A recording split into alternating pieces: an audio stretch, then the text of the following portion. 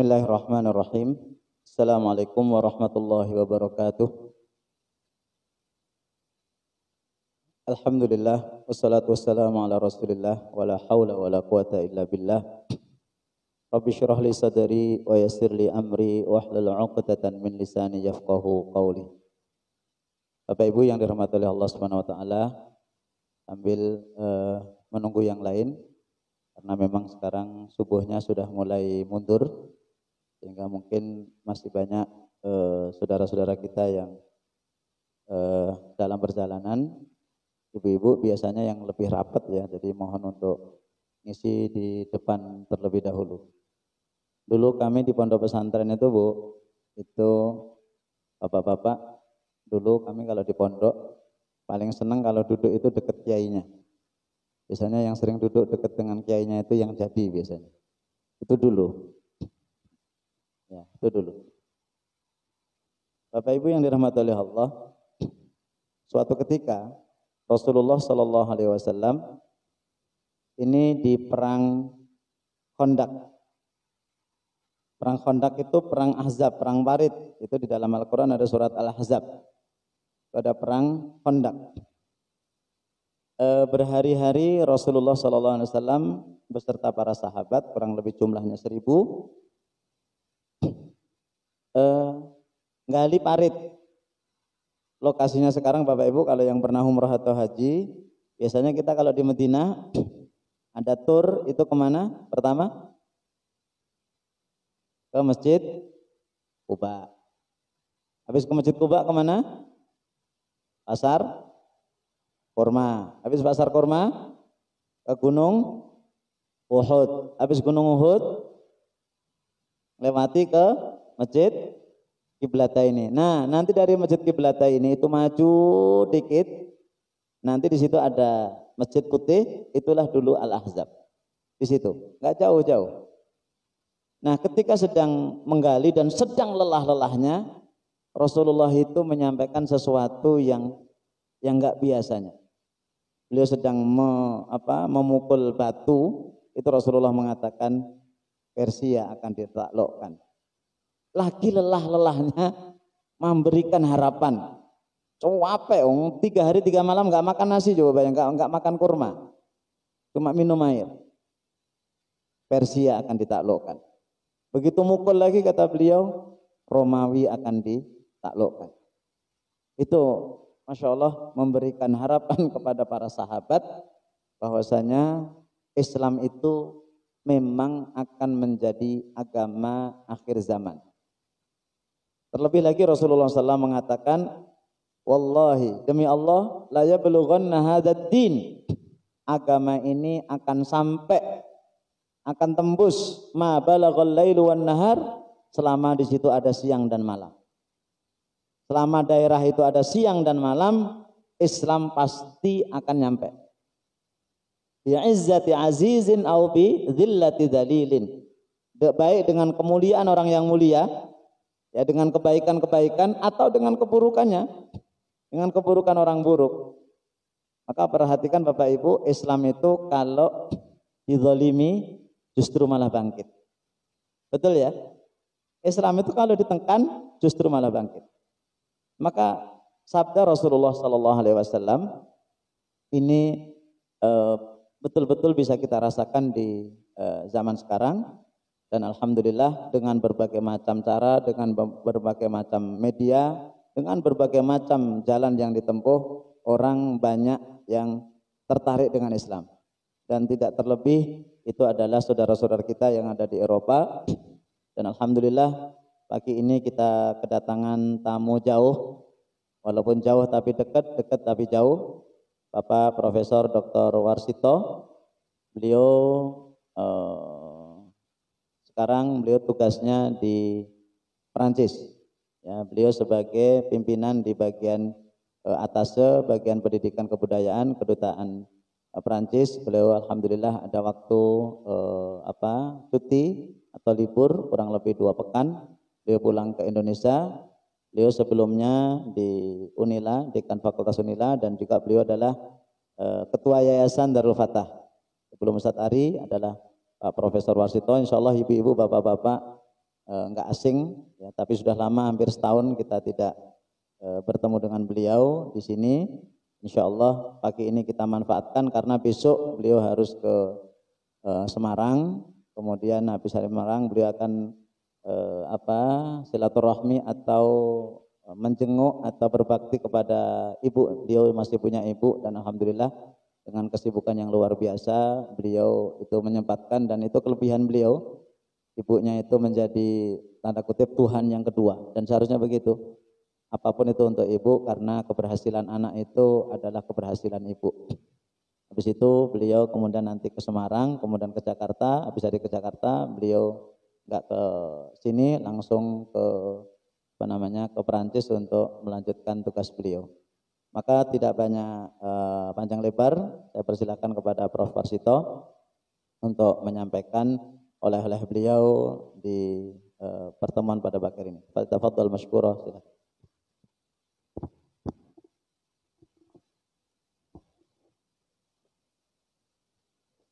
Baik, terima kasih. Tetapi, Assalamualaikum warahmatullahi wabarakatuh.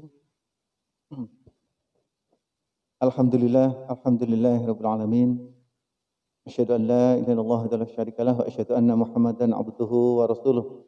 Allahumma shalli ala Muhammad wa ala ali Muhammad, amma ba'd. Alhamdulillah, jemaah sekalian yang berbahagia. Puji syukur kehadirat Allah Subhanahu wa taala atas segala limpahan karunia yang telah diberikan kepada kita, sehingga pagi hari ini kita bisa bersama-sama silaturahim dalam rangka kajian rutin Ahad pagi Keluarga Besar Yayasan Darul Fatah yang kesekian kalinya, ya, tahun 2000 berapa dulu mulai? 2008, jadi kegiatan kajian rutin kita ini mulai dari awalnya sebulan sekali, kemudian 2 pekan sekali, kemudian sekarang tiap Ahad pagi. Mudah-mudahan tentu ini menjadikan sebuah bagian dari kehidupan kita, perjalanan kehidupan kita dalam rangka untuk selalu belajar dan belajar di dalam praktik beragama Islam ini, sehingga kita berikhtiar sama-sama mendekatkan diri kita kepada bagaimana Rasulullah SAW mempraktikkan mengajarkan agama Islam kepada para sahabat hingga kepada kita semua. Salawat dan salam semoga senantiasa Allah curahkan kepada junjungan Nabi besar Muhammad SAW yang kita berharap syafaatnya di yaumil akhir nanti. Jemaah sekalian,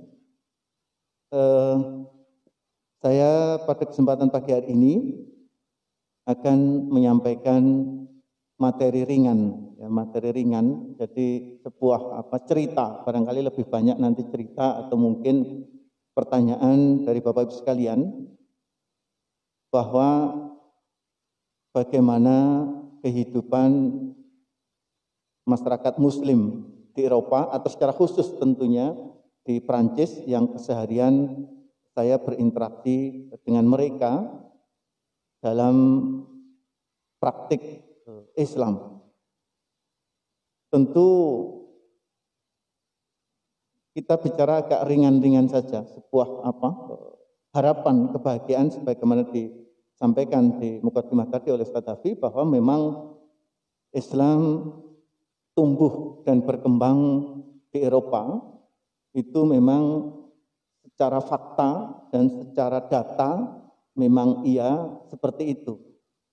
Lantas seperti apa? Jadi bisa jadi suatu saat Bapak sekalian nanti Yayasan Darul Fatah menawarkan paket umroh itu mampirnya enggak ke Turki tapi mampirnya ke Paris.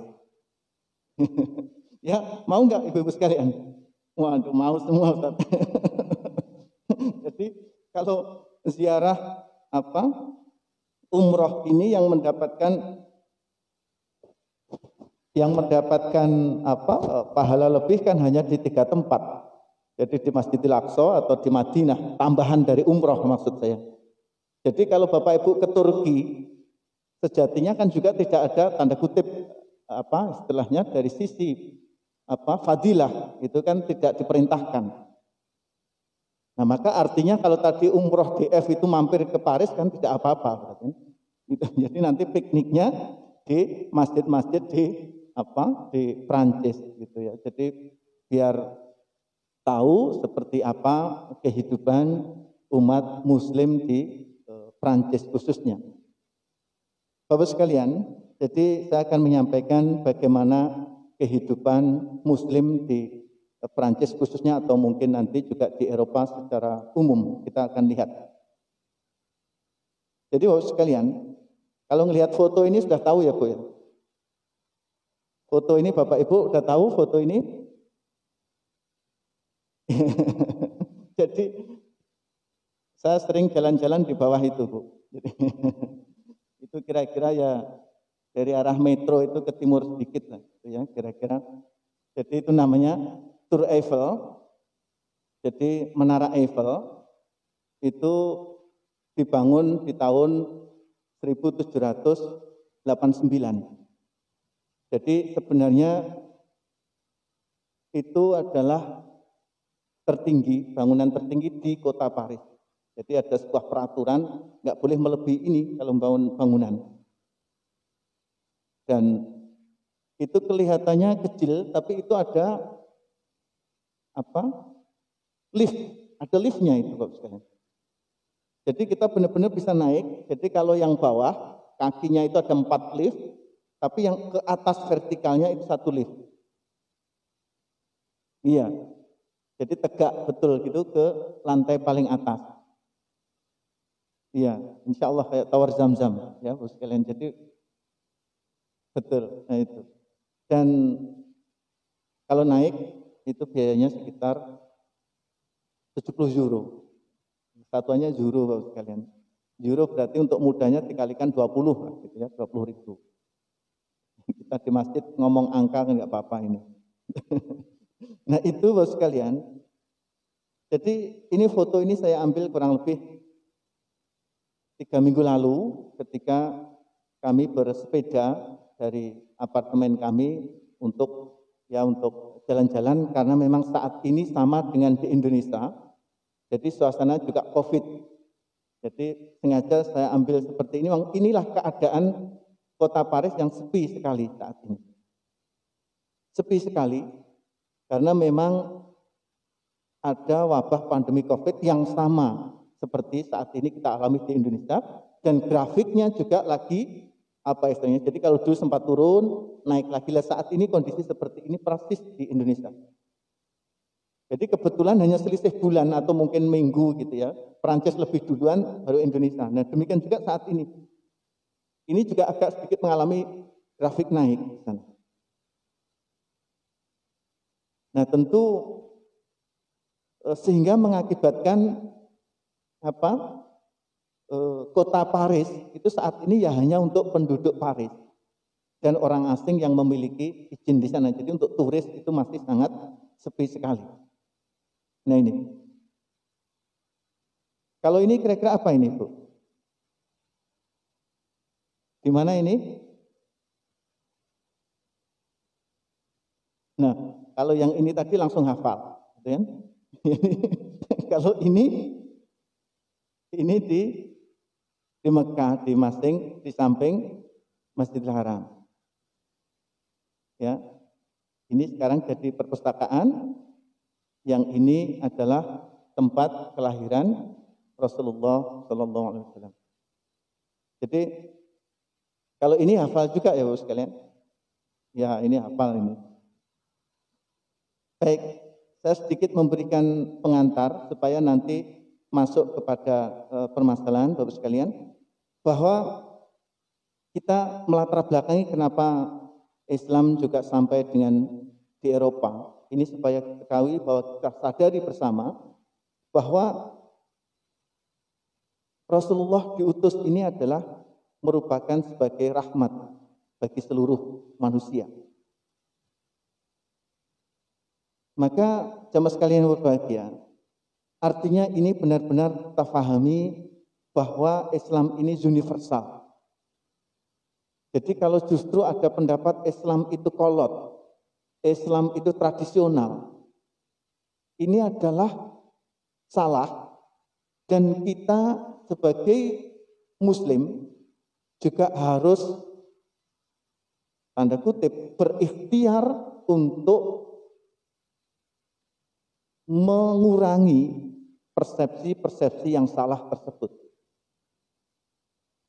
Bahwa Islam itu adalah modern, Islam adalah maju, Islam adalah kaya, Islam adalah pintar. Dan ini harus benar-benar menjadi prinsip dalam kita. Kalau masing-masing kita memiliki underestimate, artinya sudah memiliki pola pikir yang merendah, pola pikir yang rendah, itu kemudian akan menimbulkan juga persepsi orang lain juga seperti itu. Dan ini penting sekali Bapak sekalian untuk disampaikan kepada putra-putri kita semua bahwa Islam itu sudah seharusnya menjadi terdepan, menjadi pelopor. Karena sejatinya Islam itu sangat seiring dan bahkan sebagai pembaharu di dalam kemajuan, baik itu dari sisi tata aturan maupun dari teknologi dan seterusnya. Oleh karena itu ini menjadi fondasi kita. Maka jemaah sekalian, tapi terkadang kenyataan yang kita rasakan adalah kok tidak seperti itu kan gitu. Padahal Islam ini adalah sempurna. Sempurna. Jadi Bapak sekalian, Islam itu mengatur sesuatu yang dari yang tidak tampak sampai dengan yang tampak, saking tampaknya juga saking besarnya, sehingga menjadi abstrak juga.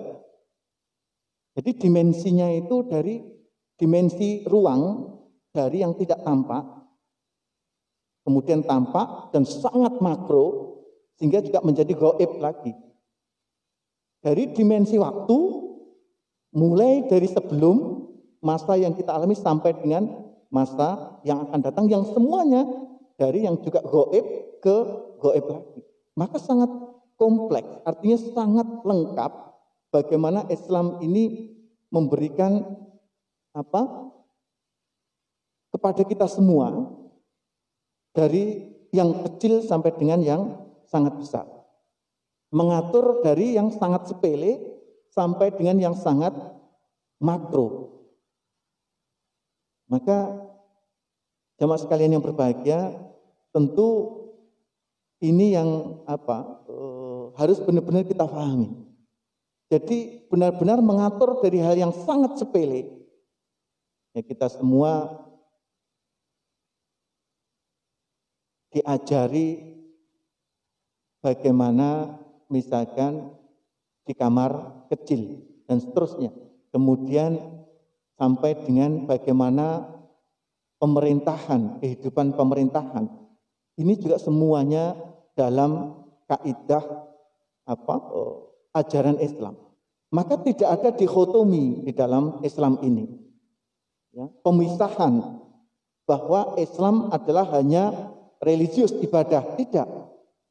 Dan kita juga harus pahami bahwa itu adalah ketika ada ke arah sana, sejatinya itu ada sebuah cara menjauhkan umat Islam dari kehidupan bersosial. Jadi harus kita pahami bahwa kita itu sebagai Muslim ini terintegrasi. Tidak bisa saya mengatakan diri saya, oh ya, ketika saya melaksanakan tugas itu saya melepas agama saya, enggak bisa.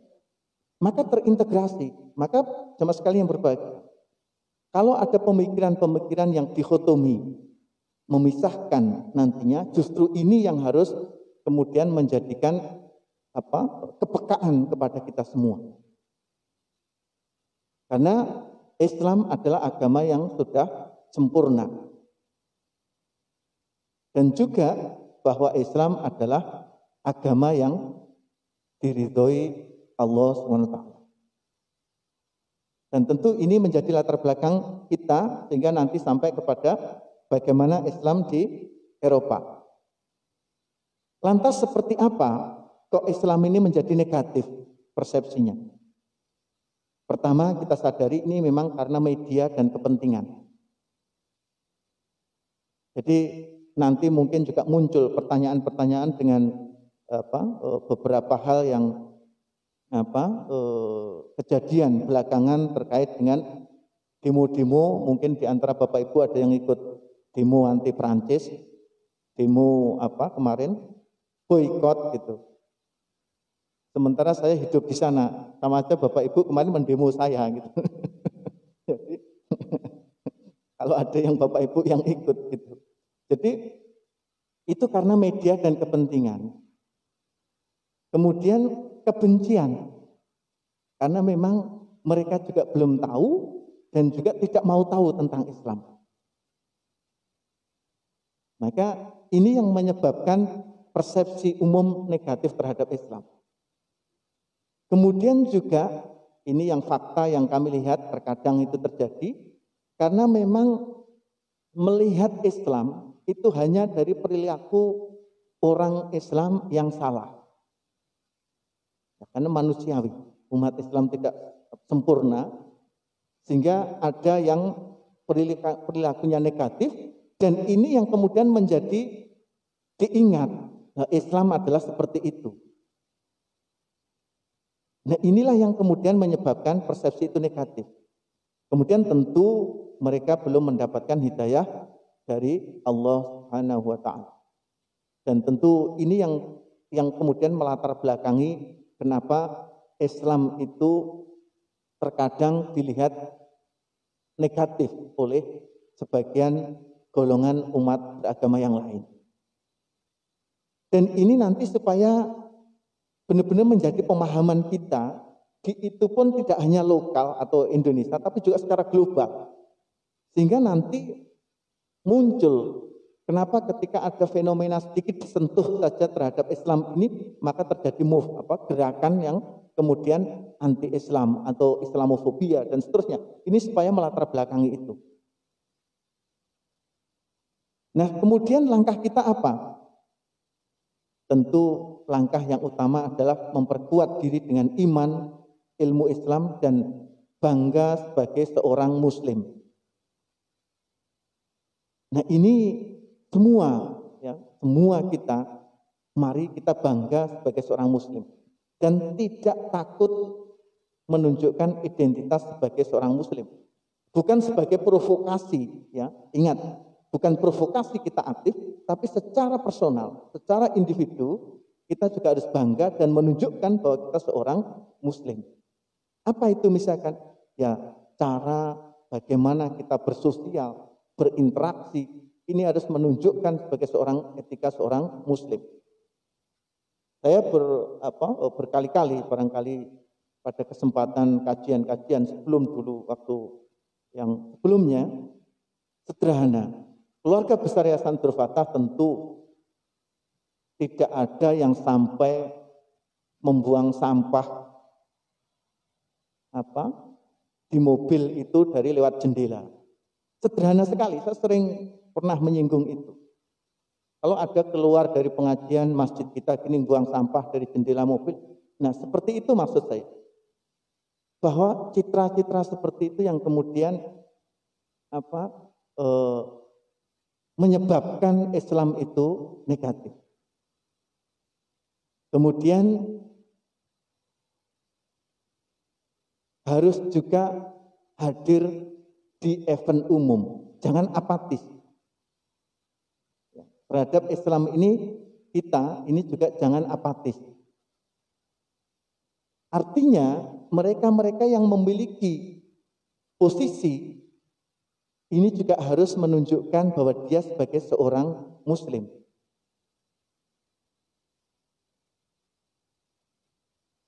Bukan pasif atau bahkan apatis. Kemudian, jemaah sekalian yang berbahagia, langkah berikutnya tentu adalah penguasaan media dan ekonomi. ya untuk tadi citra-citra negatif tadi adalah itu. Kemudian organisasi sosial dan dinamika program di dalam kegiatannya. Kemudian kekompakan, persatuan, dan juga dalam level tataran politik, ya, tidak hanya kepemimpinan tapi juga politik. Kemudian penyiapan generasi, kesatuan langkah dan pikiran. Jemaah sekalian yang berbahagia, memang terlalu teoritis dan menyampaikan materi ini karena nanti benar-benar menyambung kepada permasalahan aktual yang sesuai dengan tema yang akan kita lihat ini. Baik, itu adalah latar belakang. Mari kita lihat. Saya memiliki angka ini dan kemudian angka ini juga kami juga konfirmasi kepada kolega kami bahwa umat muslim saat ini di dunia ini adalah sekitar 24-25% jumlahnya. Umat muslim itu hampir 1/4 penduduk dunia saat ini. Jadi kalau ada 4 orang, 1 orangnya adalah muslim. Kebetulan kita di Indonesia, kemudian di Bandar Lampung dan di Darul Fatah. Jadi kalau ada 5 orang muslim, ya di situ semua muslim. Tapi ketika dari makro adalah 1/4 dari penduduk dunia. Kemudian yang terbanyak adalah masih yaitu Kristen atau Katolik. Ini jadi satu ya, Kristen dan Katolik. Itu 2,4 miliar penduduknya, jumlahnya. Kemudian Hindu 1,2 miliar. Lihat yang terakhir, Yahudi hanya 15 juta. Jadi orang Yahudi hanya 15 juta. Kita bukan bicara kualitas ya, kita bicara kuantitas. Jadi jumlahnya cuma 15 juta. Enggak sampai di Jakarta berapa? 12 juta ya. Artinya ini Bapak sekalian. Kemudian di Eropa ini hampir 6%. Umat muslim di Eropa itu 5,9%. Sedangkan di Prancis ini hampir ringnya antara 7 sampai dengan 10%. 7 sampai 10%. Jadi ada beberapa angka dari data ataupun hasil penelitian itu tertinggi mencapai 10%. Dan kalau kita lihat grafik ini, Bapak sekalian, Islam adalah yang ketiga, Muslim ini yang ketiga ya, di deretan yang ketiga di grafik itu. Kira-kira apa yang Bapak Ibu cermati? Dari sana adalah pertumbuhannya yang jauh lebih cepat. Jadi kalau yang Kristen dan Katolik ini juga tumbuh, semuanya tumbuh, tetapi agak datar. Jadi pertumbuhannya lebih cepat. Kalau yang Muslim itu sekitar 14,5%.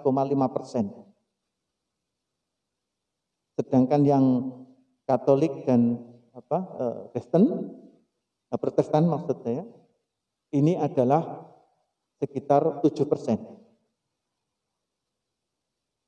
Nah ini jemaah sekalian, ini adalah peta dunia terkait dengan penduduk muslimnya. Di atas itu tahun 2010 dan ini prediksi atau di data di tahun 2020. Dan semakin dia hijau, hijau ya, semakin hijau tua, ini adalah semakin di sana jumlah penduduk muslimnya adalah yang banyak. Jadi ada kita lihat di sini Afrika Utara, kemudian juga di Timur Tengah, tentunya di Indonesia, kemudian juga ke arah atas dari Timur Tengah ke arah Rusia ke atas, ini juga penduduk muslimnya juga dari sisi kuantitas ini adalah tinggi. Nah, kemudian ketika bicara berikutnya, ini adalah jumlah penduduk muslimnya. Jadi populasi muslim ini di tahun 2010 dan 2020. Ini kita lihat, jadi lingkaran-lingkaran ini menunjukkan pertumbuhan jumlah penduduknya. Jadi secara kasar itu kita lihat, misalkan yang sebelumnya tidak ada, kemudian itu muncul dari sisi lingkaran. Jadi jumlahnya semakin bertambah. Jadi di Eropa khususnya banyak yang bermunculan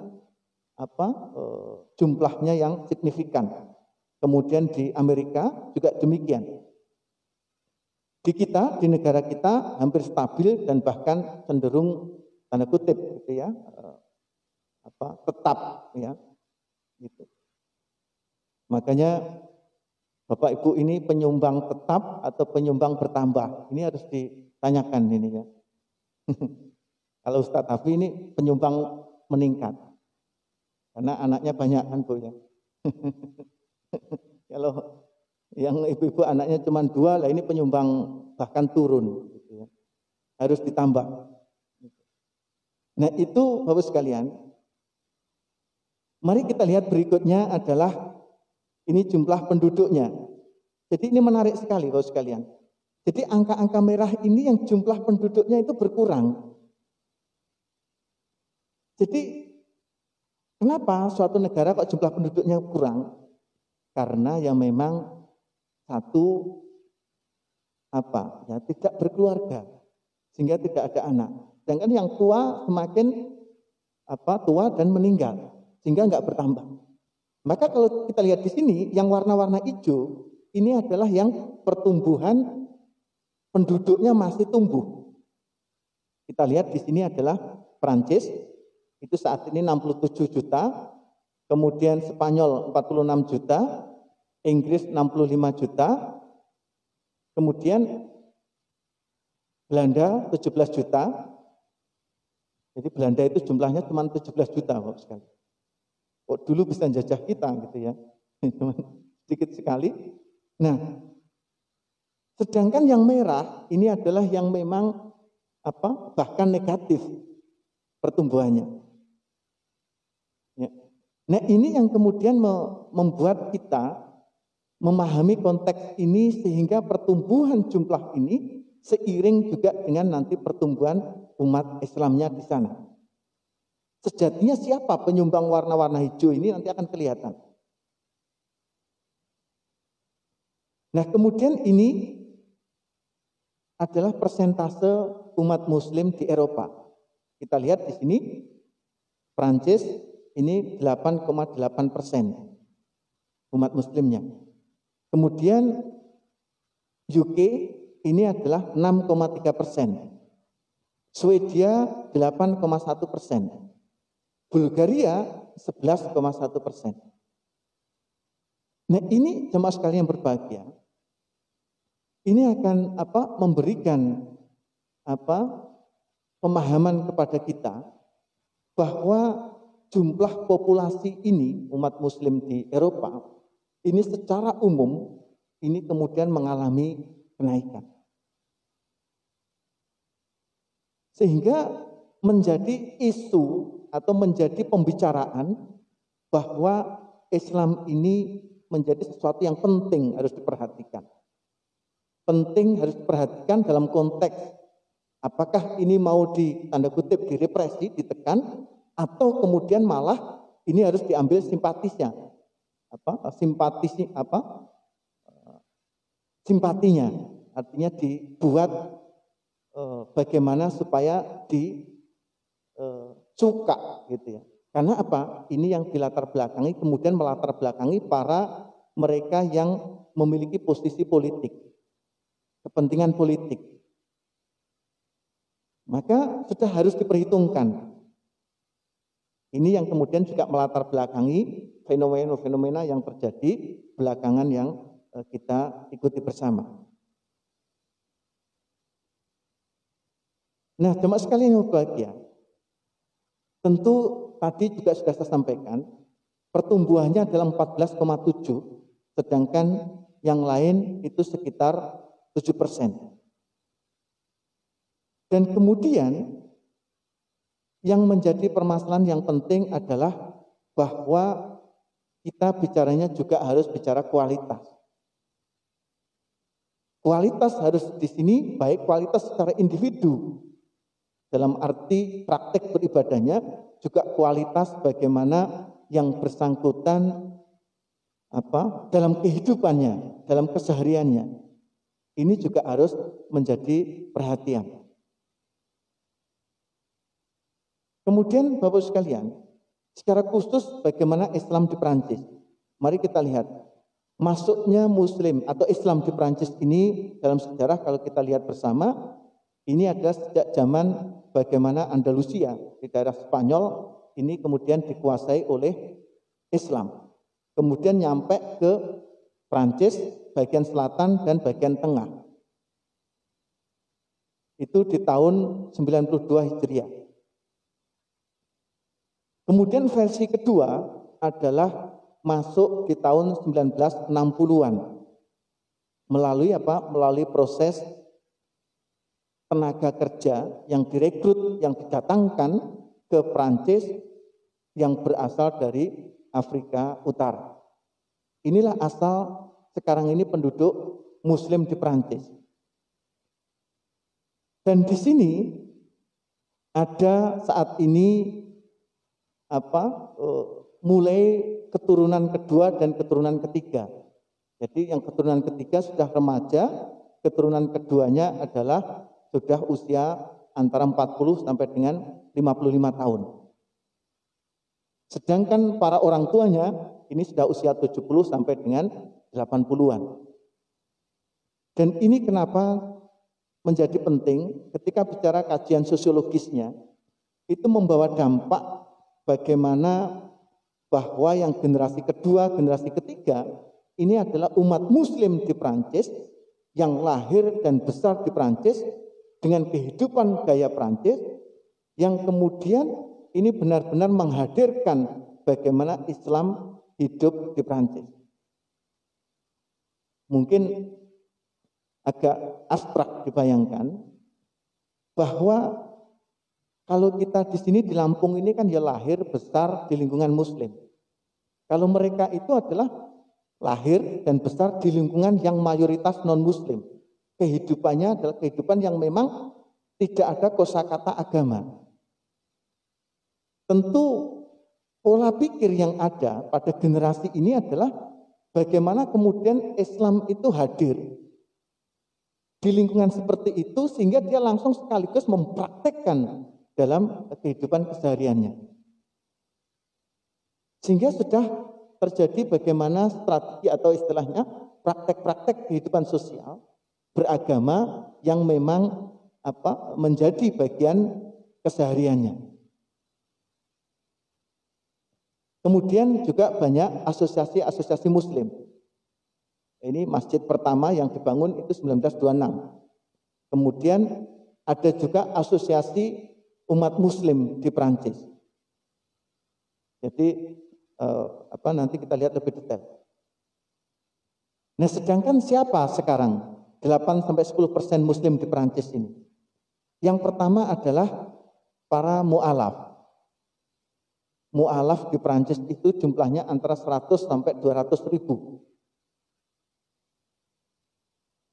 Dan sekitar 4.000 per tahun ya, jumlah mu'alaf ya. Dan ini terbagi menjadi dua.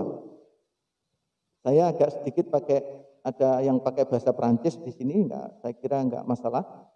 Kalau ibu-ibu mau nyatat ya dicatat saja Bu nanti. Silakan. Jadi mereka mu'alaf ini ada dua latar belakang. Yang pertama konversi rasional. Jadi karena memang dia belajar, karena dia melihat secara akal tentang Islam ini. Kemudian yang kedua, konversi karena relasional, karena hubungan. Jadi bahasa Prancis itu mudah, Bu. Konversi ya konversi, pindah agama maksudnya. Rasional itu berarti rasio, gitu. Sama dengan bahasa Indonesia. Kemudian yang berikutnya karena relasi, karena pernikahan. Karena pernikahan, karena benar-benar karena familial, karena keluarga. Kemudian 50%-nya dari umat muslim di Prancis itu usianya di bawah 24 tahun. Bayangkan ini, di bawah 24 tahun. Jadi generasi kedua tadi. Ini 50%. Kemudian ada juga antara data 200, sekitar 200-an, itu keluar. Artinya keluar dari Islam karena memang nikah. Karena pernikahan. Kenapa? Ya karena tadi. Karena latar belakang barusan saya sampaikan tadi bahwa mereka adalah lahir dan besar di Prancis, kemudian cara berinteraksi sosialnya juga bergaya Prancis. Sehingga ada juga generasi muda Prancis, Muslim di Prancis yang kemudian keluar dari Islam karena untuk nikah. Tapi jumlahnya kecil sekali. Asal mereka adalah dari Aljazair. 43% itu dari Aljazair. Kemudian dari Maroko, kemudian Tunisia. Jadi di Afrika Utara, bagian utara itulah yang sekarang ini di Prancis. Kemudian di bawahnya itu adalah dari Afrika yang berkulit hitam. Itu mana? Dari Senegal, dari Mali, dari daerah Afrika Tengah. Ya, tengah ke bawah. Dan mereka semua itu praktek beragama dengan baik dan interaksi juga dengan baik. Kemudian di bawahnya itu adalah dari Turki. Ya, dari Turki. Nah, ini yang kemudian menjadikan dinamika yang sangat kuat sekali. Ditambah yang mu'alaf tadi. Kemudian yang bukan Muslim, yang bukan dari Arab, itu dari Turki, kemudian dari Iran, dari Mali, Senegal, dan seterusnya termasuk dari Indonesia. Jadi WNI di Indonesia, di Prancis itu sekitar 7.000-an. Ya, 7.000, jadi tidak banyak, kita 7.000. Dari 7.000 itu kurang lebih ya barangkali mencapai 60%-nya adalah Muslim. Kemudian bahwa ini yang penting di paragraf terakhir, 56% Prancis, orang Prancis ini menyatakan bahwa Islam itu bisa dipraktekkan di Republik Prancis. Artinya apa? Artinya Islam bisa diterima, bisa beradaptasi dengan tata aturan dan kehidupan Prancis. Di Prancis, Bapak sekalian, ini bahwa negara laicity, jadi agama dan negara itu terpisah. Dan ini menganut 3 prinsip dasar. Liberté, jadi kebebasan, kemudian separasi, jadi ketika pemisahan, jadi ketika bicara laicité, ini kemudian egalite.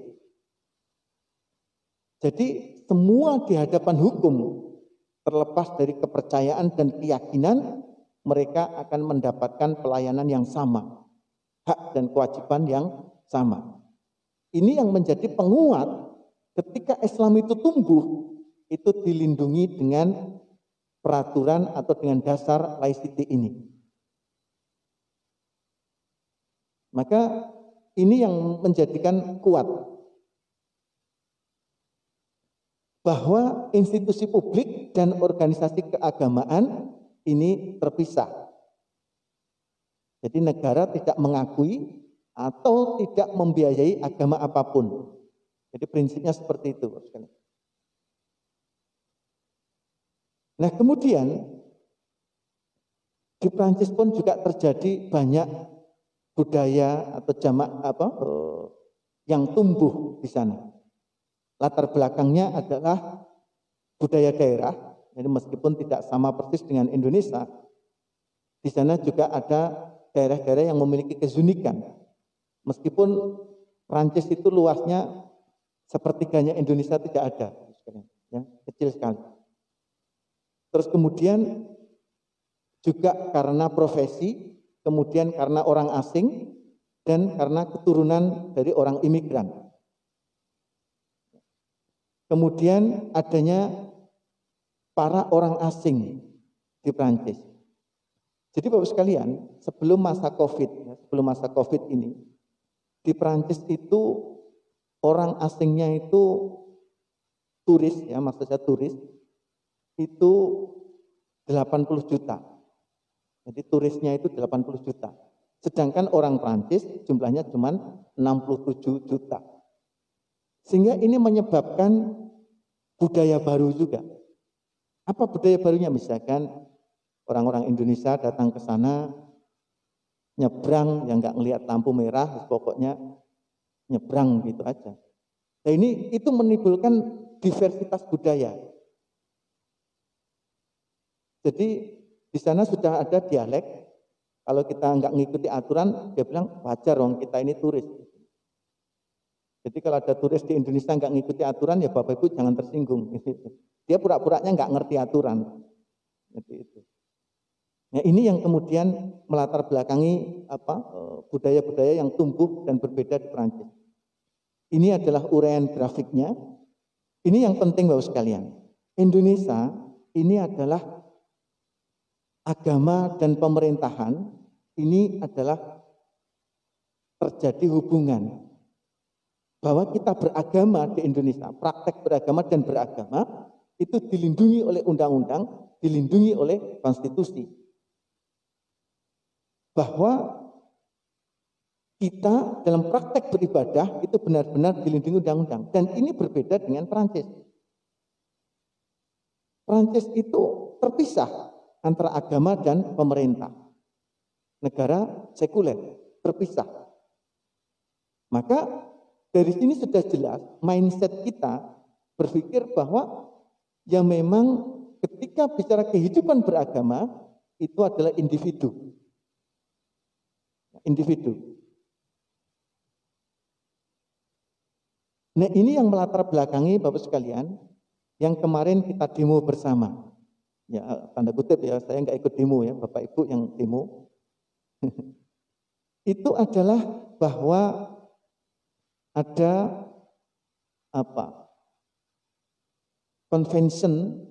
sebuah konvensi perjanjian hak asasi manusia, bahwa setiap orang memiliki kebebasan dalam beragama dan memanifestasikan agama tersebut. Jadi itu dilindungi. Kemudian juga setiap orang memiliki kebebasan berekspresi dengan memperhatikan aspek ya dan tanggung jawab kepada publik. Jadi salah satu media berekspresi itu adalah majalah Charlie Hebdo. Majalah Charlie Hebdo ini adalah majalah yang sebagai media berekspresi untuk menyampaikan ekspresi sebebas-bebasnya. Nah ini yang kemudian ada di sana karikatur Nabi kita Muhammad Shallallahu Alaihi Wasallam. Nah di sini yang kemudian menimbulkan emosional, dan bersamaan dengan itu kemudian ada pembunuhan terhadap seorang guru yang bernama Samuel Paty. Karena sejatinya sang guru ini ingin memberikan pelajaran kepada siswanya bahwa inilah contoh kebebasan berekspresi yang dilindungi di negara kita.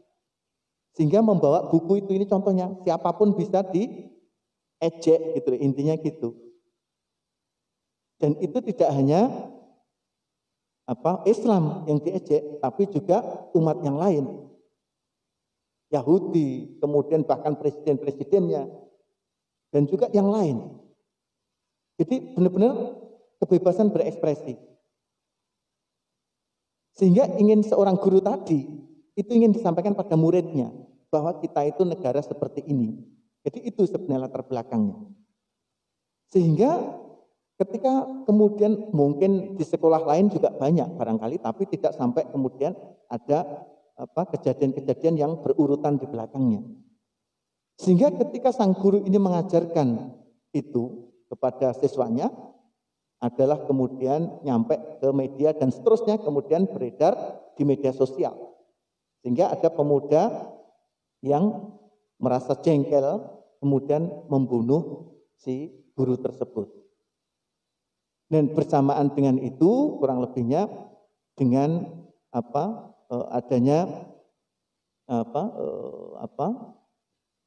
kejadian yang kemudian melatar belakangi semua beberapa waktu lalu terjadi emosional umat muslim di dunia. Nah, ini yang seperti itu. Kemudian Islamofobia, ini juga demikian, bahwa memang iya terjadi Islamofobia dan seterusnya, itu memang ada, tapi tidak sampai kemudian menimbulkan ketakutan atau kesulitan kita umat Islam di sana untuk praktek beribadah. Nah, sekarang saya masuk dalam kehidupan sosial ekonomi Muslim di Perancis. Rata-rata mereka tinggal mengelompok. Bahkan ada satu daerah yang memang mayoritas itu umat Muslim. Wali kota pun, pimpinan pun itu ada yang berketurunan Muslim. Dan kemudian mereka berkeluarga, artinya rata-rata mayoritas umat Muslim di Perancis itu adalah berkeluarga dan memiliki anak. Bahkan secara rasio itu 2 anak per tiap wanita di sana. Dan perceraian rendah. Nah, ini yang kemudian menyebabkan menumbuhkan jumlah umat Muslim. Tetapi juga terjadi cenderung pernikahan itu sesama negaranya. Jadi misalkan kalau Maroko ya cenderung mencari suami atau istri ya orang Maroko. Tunisia ya cenderung mencari suami istri orang Tunisia. Cenderung, ya, artinya cenderung itu inginnya seperti itu. Karena sangat jarang gitu ya, kita temui antara misalkan Maroko dengan Aljazair. Ini kayak semacam sesuatu kayak mungkin kalau bisa dihindari. Turki misalnya juga demikian. Turki cenderung nikah dengan orang Turki. Nah, ini yang dinamika pola seperti ini yang kemudian unik, yang terkadang juga membawa imbas adanya masjid Turki, adanya masjid Aljazair, ada masjid Maroko atau masjid Muslim, tanda kutip maksud saya, terkadang ada seperti itu. Jadi pengurusnya itu mayoritas latar belakang ini, latar belakang itu adalah juga terjadi. Kemudian sektor swasta dan berdagang. Dan rata-rata mereka adalah para pekerja keras dan juga profesional mengejar prestasi. Jadi Bapak Ibu, maka banyak di sana khususnya pemain sepak bola itu kan juga Muslim semua. Ada Zinedine Zidane kan yang sering yang kita hafal. Padahal yang bawahnya juga banyak generasi-generasi muda yang Muslim yang banyak berprestasi. Kemudian asosiasi keagamaan, tetapi juga ada citra negatifnya adalah pengangguran dan kriminalitas. Bahkan ada data angka di atas 50%, ya, bahkan nyampe angka di atas 50% itu penghuni penjara tahanan itu adalah Muslim. Ini yang di sisi lain yang memprihatinkan. Jadi ini yang menjadi catatan di era sekarang ini. Kemudian ada asosiasi namanya CFCM. Jadi Conseil Français Culte de Musulmans. Jadi asosiasi yang mengumpulkan organisasi-organisasi Muslim di Perancis yang ini kemudian membuat pernyataan terkait dengan mengutuk pembunuh guru yang di kejadian cerita awal tadi. Jadi kami umat Muslim saat itu yang di Perancis juga mengutuk si pembunuh guru itu karena itu tidak dibenarkan secara agama maupun secara hukum. Kemudian asosiasi inilah yang kemudian mengumpulkan kesatuan langkah, kemudian strategi, program-program dan seterusnya, dan sebagai perwakilan Muslim kepada pemerintah. Inilah suasana kehidupannya, Bapak sekalian. Jadi kalau ibu-ibu jamaah DF mau ke Paris itu pakai jilbabnya juga boleh, Bapak sekalian. Jadi kita kehidupannya seperti ini. Bahwa ya muslimahnya ya di luar pun jilbaban tidak masalah. Yang masalah itu ketika masuk atau bekerja di lembaga-lembaga pemerintah atau lembaga-lembaga pendidikan, itu baru tidak boleh. Tetapi di keseharian mau belanja, mau kemanapun, ini adalah kita bebas. Ya. Maka video-video yang beredar beberapa waktu lalu, yang katanya ada muslimah, kemudian dianus, walau alam itu asalnya dari mana, kami tidak tahu persis. Bahkan mereka kalau di atas, di bawah itu tulisannya wale, unong wale, jadi berjilbab atau tidak berjilbab itu harus sama-sama bebas dilindungi oleh hukum, gitu. Artinya menuntut seperti itu. Dan kenyataannya ya sekarang seperti ini. Jadi memang tidak ada masalah. Jadi itu. Kemudian itu juga banyak demo-demo ataupun gerakan-gerakan yang dilakukan oleh Prancis bahwa Muslim ini bukan penyebab permasalahan. Ya, kalau di atas itu seperti itu. Jadi banyak umat penduduk Prancis pun yang membela kita. Kemudian Bapak sekalian, ini contoh kehidupan pasar. Jadi kalau di Prancis Bapak sekalian, kalau di Arab dulu ada istilah pasar seng gitu ya. Di sana juga ada pasar, ini pasar minggu. Jadi pasar minggu itu antara pukul 10 sampai dengan pukul 1. Nah itu, biasanya pulang pengajian ini bisa langsung. Dan itu senang sekali Bapak sekalian. Disinilah kehidupan umat Muslim, ekonomi itu di sini ini. Jadi pasar-pasar itu tumbuh. Ini pasar resmi ya, pasar resmi tapi pasar yang dibangun di tempat parkir gitu, tapi itu resmi. Harganya juga murah-murah dan kemudian di sana bisa silaturahim dan seterusnya. Jadi senang sekali. Kami itu sampai tiap minggu kalau mau keluar gitu mikirnya, wah ini ke pasar. Apalagi yang mau dibeli. Jadi maksud kami kadang hanya untuk jalan gitu, maksud kami untuk bisa silaturahim, ketemu dengan teman-teman itu sangat senang sekali. Dan apapun buah itu ataupun ini dari Afrika, itu ada semua. Jadi kalau ibu-ibu ke Perancis nggak perlu bawa beras Bu ya.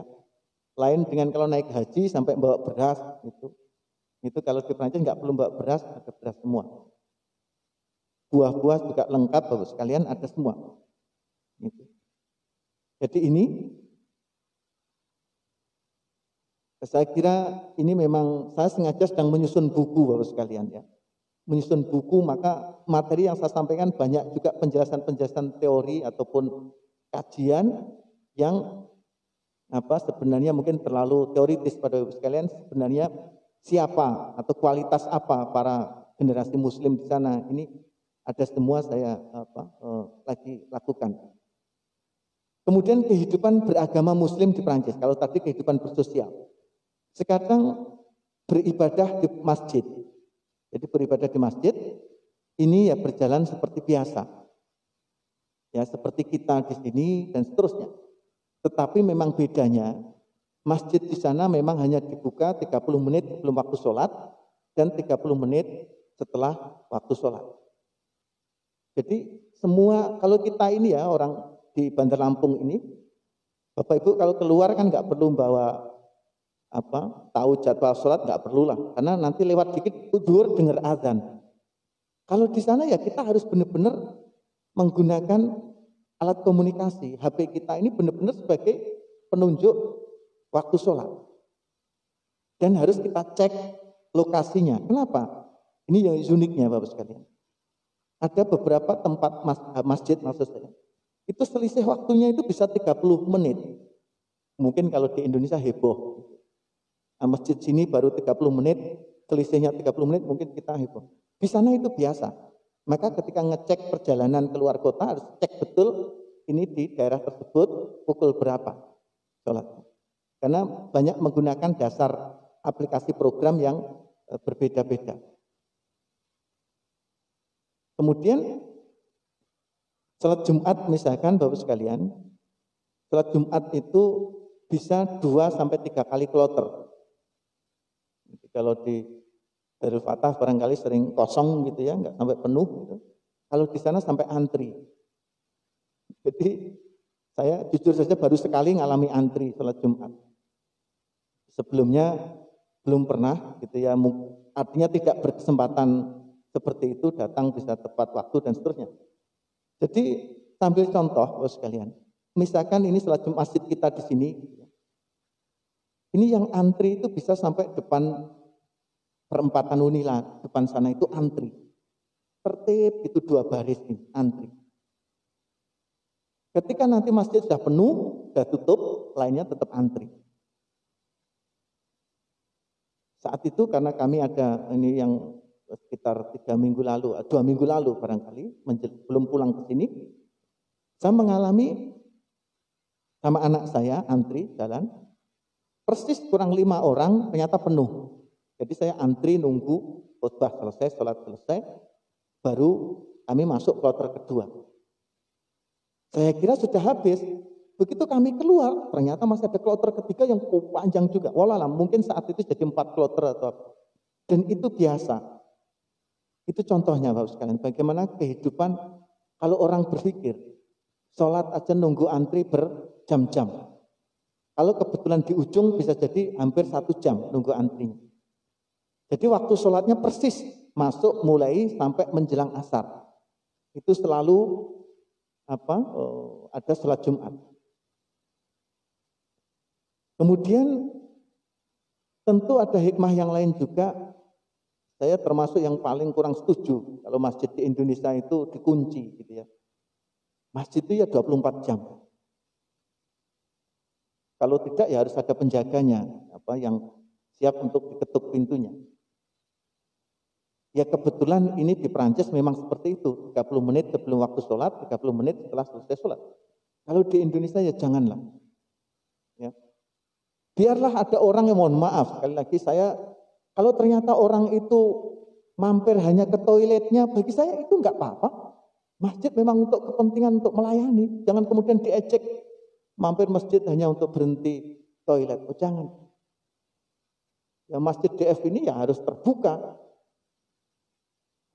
Enggak apa-apa, jangan sampai ada toilet dikunci lagi kan. Saya kurang tahu, mudah-mudahan ada pengurus masjid sampaikan ya masjid kita harus 24 jam Bapak sekalian. Ya, toiletnya apalagi jangan ditutup, kasihan orang lewat kemudian nahan, mohon maaf, jangan pula diejek ya mampir ke masjid hanya itu boleh dan kita harus seperti itu Bapak sekalian.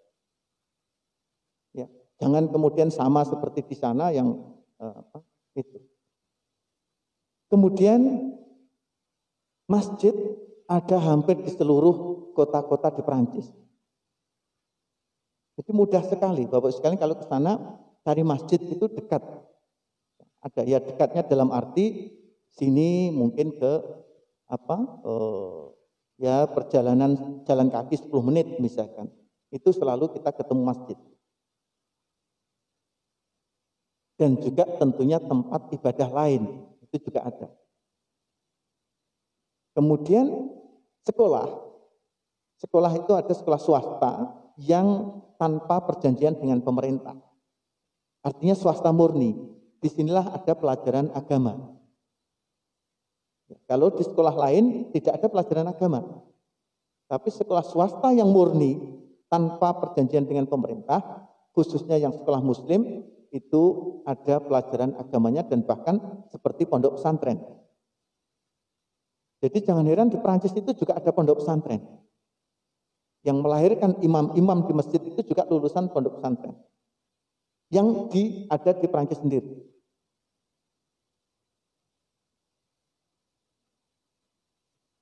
Bapak sekalian, jumlah masjid itu ada sekitar 2.600 tempat masjid.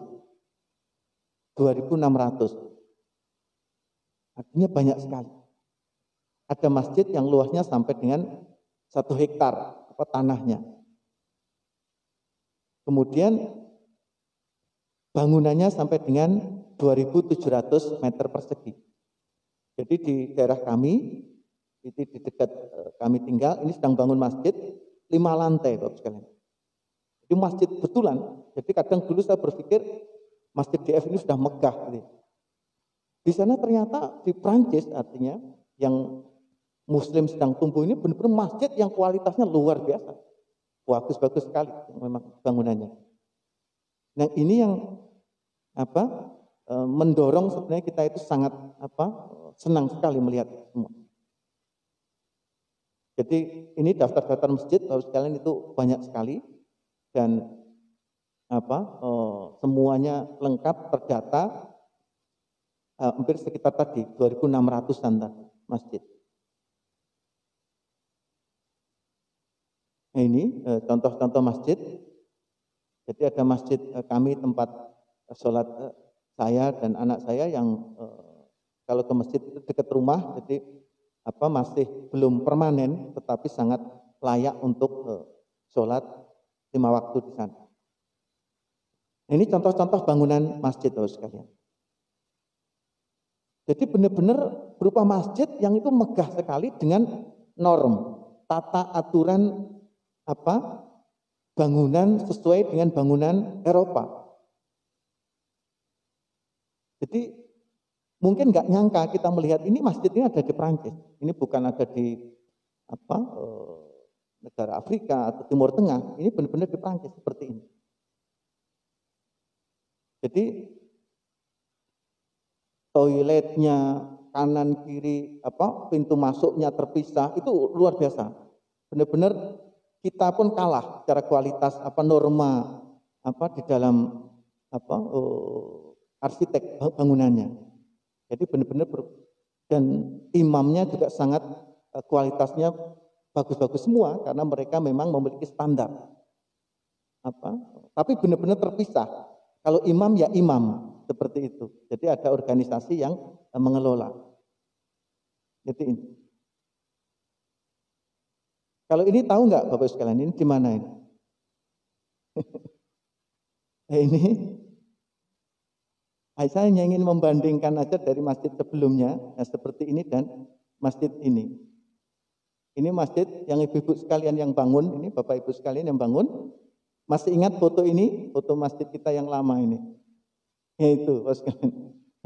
Jadi kemudian sekarang seperti ini dan ini yang satunya di Natar, yang ini Bapak sekalian yang semuanya sangat konsen dalam membangun ini. Kalau yang ini tahu nggak Bapak sekalian? Di mana ini? Ini masjid Bapak Ibu sekalian juga ini. Ya, di Haji Menang. Yang DF3. Bapak Ibu nyumbang tapi nggak tahu masjidnya. Ini dilihat aja Bapak sekalian di seberangnya Auto 2000 masuk ya. Ya ini masjidnya sudah hampir selesai.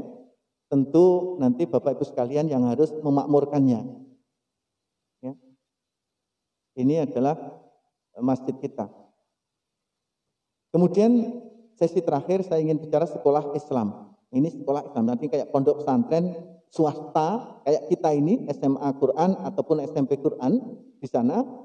Ini jumlahnya sekitar 1.700 sekolah swasta. Kemudian yang 900 itu SMP, SD SMP, kemudian 700-nya adalah SMA SMP. 33%-nya adalah sekolah agama. Jadi dari 1.700 itu 33%-nya sekolah agama, 50%-nya Katolik, dan kemudian 33% kedua adalah sekolah Islam, jadi ada di dalamnya, dan 33% sisanya adalah sekolah sekuler. Jadi di sana ada 33% sekolah agama, 50%-nya adalah Katolik. Jadi sekitar 15%-nya itu Katolik, sisanya adalah diantaranya swasta Muslim. Itu.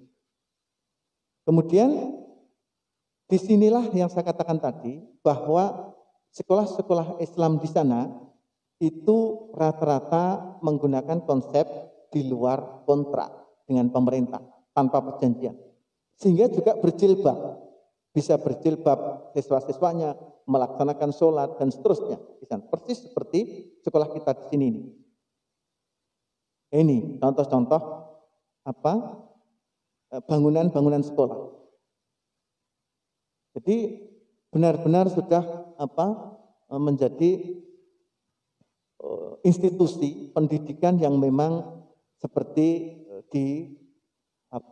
kita tidak ketika hadir ke situ tidak kebayang kalau itu ternyata di Eropa. Jadi benar-benar seperti di ya memang kehidupan Muslim. Jadi anak-anaknya juga berjilbab, yang perempuan dan seterusnya. Jadi ini ada sekolah-sekolah di Strasbourg gitu ya, ada bangunan yang memang megah sekali, komplek sekolah swasta Muslim yang ada di sana. Kemudian sekolah Islam swasta murni, jadi seperti sekolah kita ini itu juga banyak tumbuh di sana yang itu menggunakan bahasanya bahasa Prancis, kemudian pendidikan agamanya ya agama Islam, yang kemudian praktek beragamanya juga mudah di sana. Jadi seperti ini.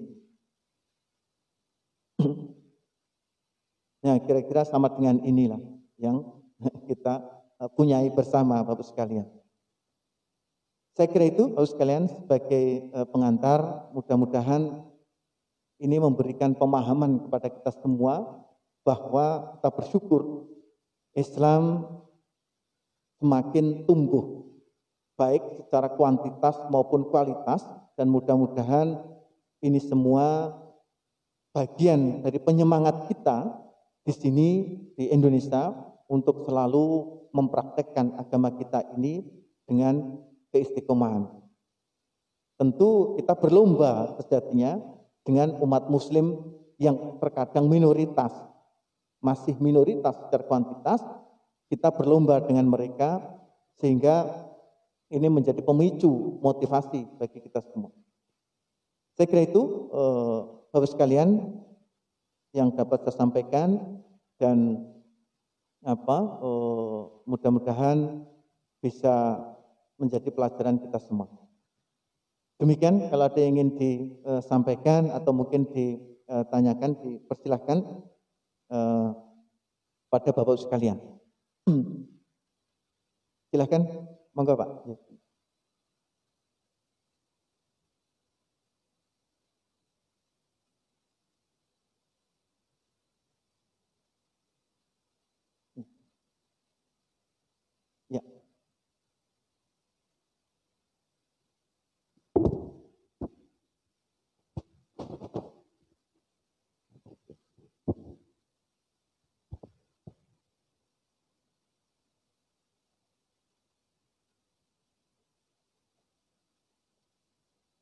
Ya, baik, terima kasih. Jadi jumlah 2.600-an tadi memang masih jauh dari kapasitas sejatinya. Ya, masih jauh, masih sangat kurang. Sehingga ketika sholat Jumat itu tidak cukup. Nah, faktanya seperti itu. Kemudian yang kedua, khususnya di kota-kota besar, itu memang masjidnya kecil. Sementara di situ tempat para Muslim bekerja, sehingga ketika pas jam sholat Jumat, itu ke masjid, satu masjid yang kemudian itu tidak cukup. Jadi tidak semua masjid sampai 2 atau 3 kali. Itu hanya di kota-kota besar. Jadi di Paris yang saya ketahui persis, itu sampai dengan 3 kali. Ya. Tetapi kalau di kota lain itu tidak sampai 2 kali. Jadi itu Pak, kapasitasnya yang memang masih kurang.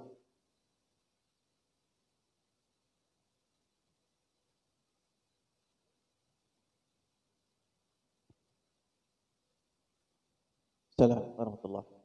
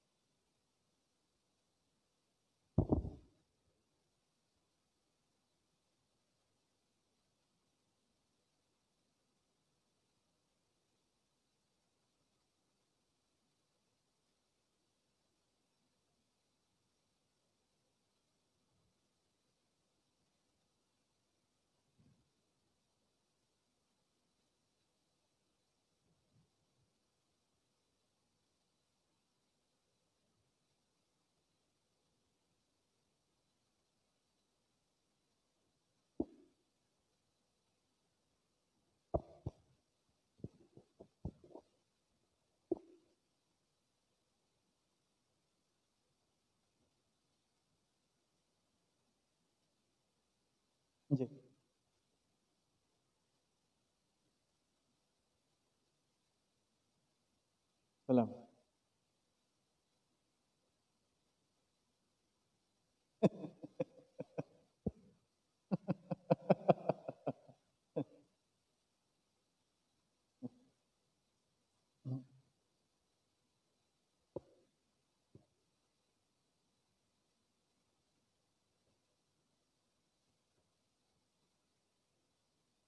Baik, terima kasih.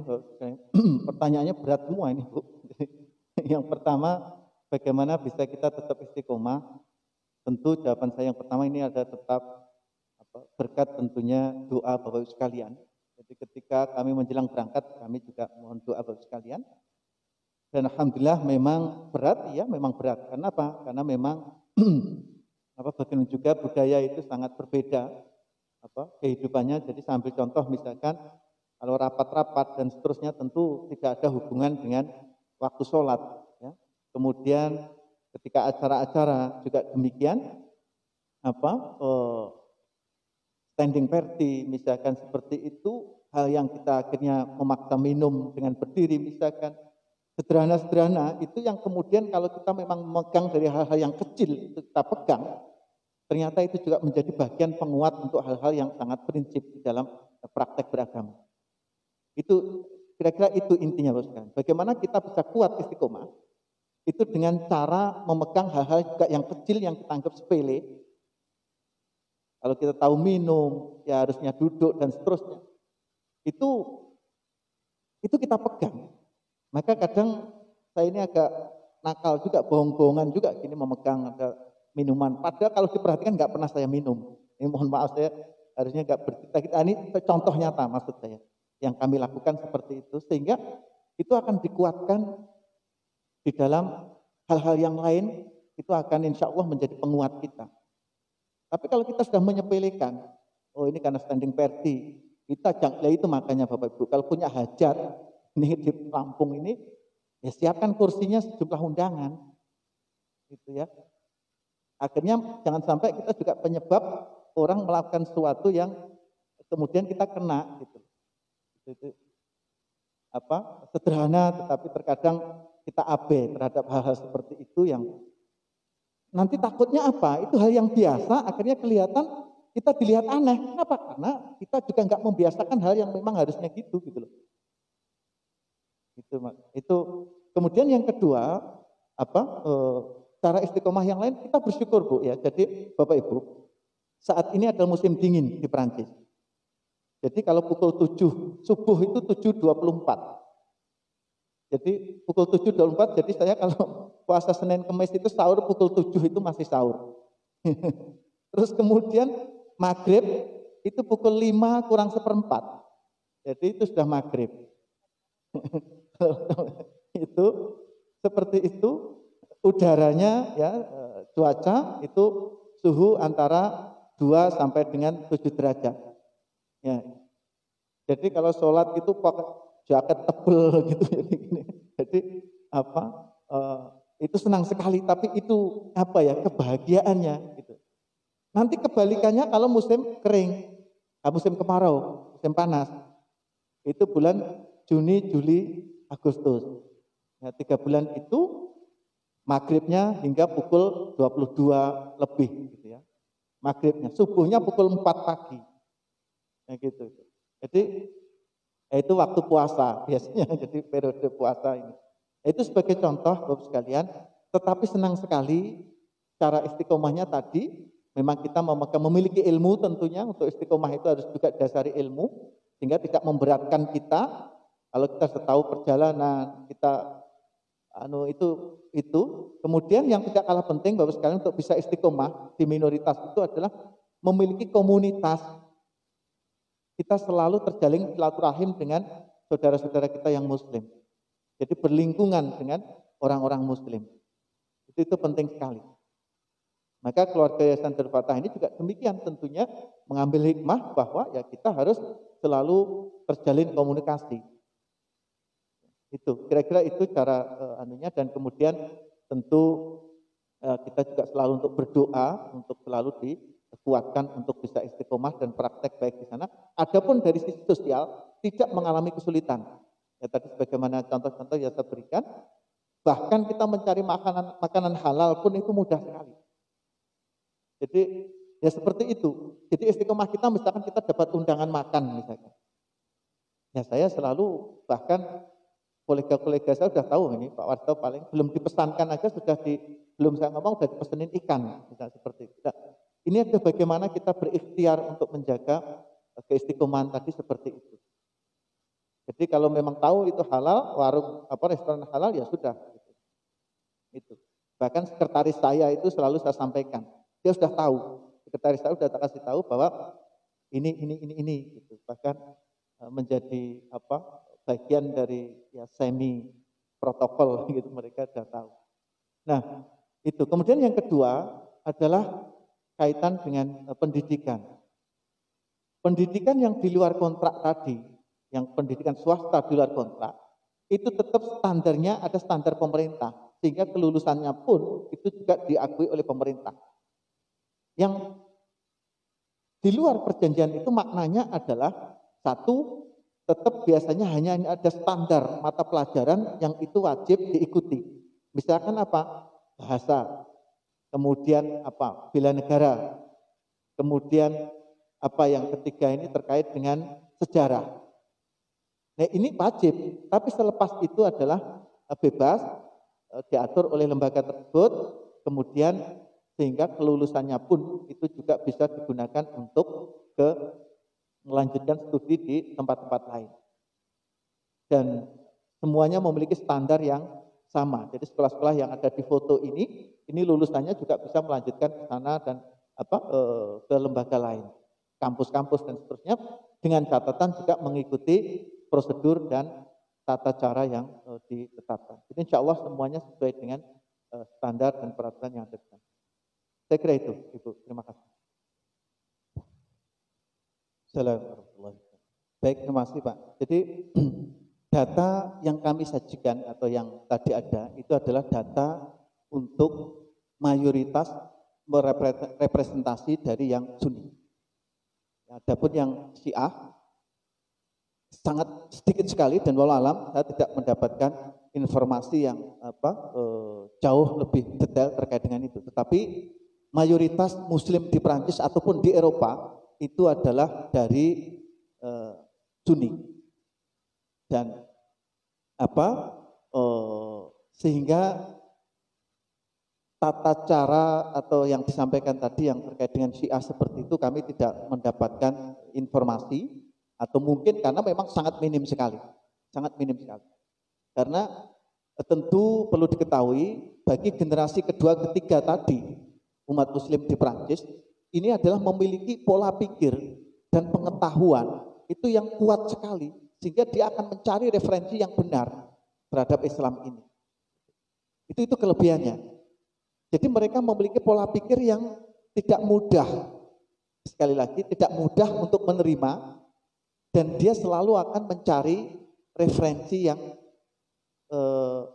yang benar. Maka di situ diuntungkan, karena bahwa tentu dengan itu mereka masuk Islam itu rata-rata memang menggunakan pikiran ataupun dia memang dari kelahiran karena generasi kedua dan ketiga, namun demikian pola dan cara pikirnya itu seperti orang Eropa, sehingga sangat kritis sekali dan selalu berusaha mencari sumber yang benar. Sehingga terkait dengan Islam yang Syiah, tadi maksud saya kelompok Syiah, itu kok kami tidak temui. Yang ada barangkali ya 1-2 waktu saya kuliah dulu, waktu saya kuliah itu ya saya memang pernah, ini ada istri saya enggak gitu ya, saya ditawari nikah Syiah Pak. Dan waktu saya pertama datang dulu kuliah dulu saat itu memang ada, tapi tidak sampai ada gerakan. Hampir masjid yang kami temui semua adalah masjid yang Ahlussunnah wal Jamaah. Insya Allah sangat minim sekali dan tidak memberikan dampak yang sangat signifikan. Tidak ada. Wallahu a'lam, saya kira itu. Baik, terima kasih. Jadi yang pertama, kenapa mereka ke Prancis mayoritas gitu ya? Itu memang satu, bahwa secara budaya mereka memang memiliki kedekatan dengan mantan penjajahnya, istilahnya seperti itu. Jadi kalau kita sebut modelnya negara Frankofon, negara penutur bahasa Prancis itu Frankofon. Jadi kalau di Asia ini adalah Vietnam, di antaranya Vietnam. Sehingga dari sisi budaya dan kultur itu mereka lebih dekat karena mudah akan adaptasi. Karena kalau ke negara lain tentu mereka kesulitan kaitan dengan bahasa. Itu yang pertama. Kemudian yang kedua, dari harapan perlindungan hukum. Jadi ketegasan dan perlindungan hukum ini di Prancis itu memang dijunjung tinggi. Kemudian yang ketiga adalah karena memang latar belakang minta perlindungan. Jadi Prancis termasuk negara yang tadi saya sampaikan paling banyak negara yang menerima imigran. Jadi kalau Bapak Ibu mendemo Prancis, kemudian itu udah imigran pulang semua, itu sejatinya juga kita rugi, gitu ya. Karena memang yang imigran yang yang masih gelap ya, masih statusnya masih imigran, bukan yang penduduk yang memang sudah generasi kedua ketiga, bukan. Tapi itu yang melatar belakangi sehingga mereka sangat bukan sangat senang ya memilih Prancis sebagai negara tujuan untuk berkehidupan atau melanjutkan tugas-tugas ataupun aktivitasnya, bahkan mencari pekerjaan dan seterusnya. Jadi itu memudahkan mereka. Kemudian saya kira yang kedua, kenapa suka di Prancis, saya kira ini hanya tugas negara aja Bapak sekalian. Insya Allah nanti kalau doakan Bapak sekalian, saya segera kembali ke Indonesia, mudah-mudahan ada tugas baru untuk saya, karena saya sangat berkeinginan untuk bagaimana Islam ini di Indonesia adalah masih tetap menjadi, karena kita sesuai dengan konstitusi, sesuai dengan negara kita, jangan sampai Islam ini dijauhkan dengan kehidupan keseharian, jangan sampai Islam ini hanya untuk terkait dengan ibadah. Maka itu perlu memang kekuatan-kekuatan baik itu politik maupun kebijakan yang tentu artinya sesuai dengan konstitusi kita. Saya kira itu, dan mohon doanya Bapak sekalian, mudah-mudahan tidak ada tugas baru untuk saya di tanah air. Kalau tidak ada ya tentu dengan BF lah saya akan selalu berlabuh, gitu ya, insya Allah. Tapi kalau mohon doanya, intinya itu aja, mohon doanya Bapak sekalian, bisa segera saya kembali ke tanah air dengan tugas baru insya Allah. Saya kira itu, Pak David, terima kasih.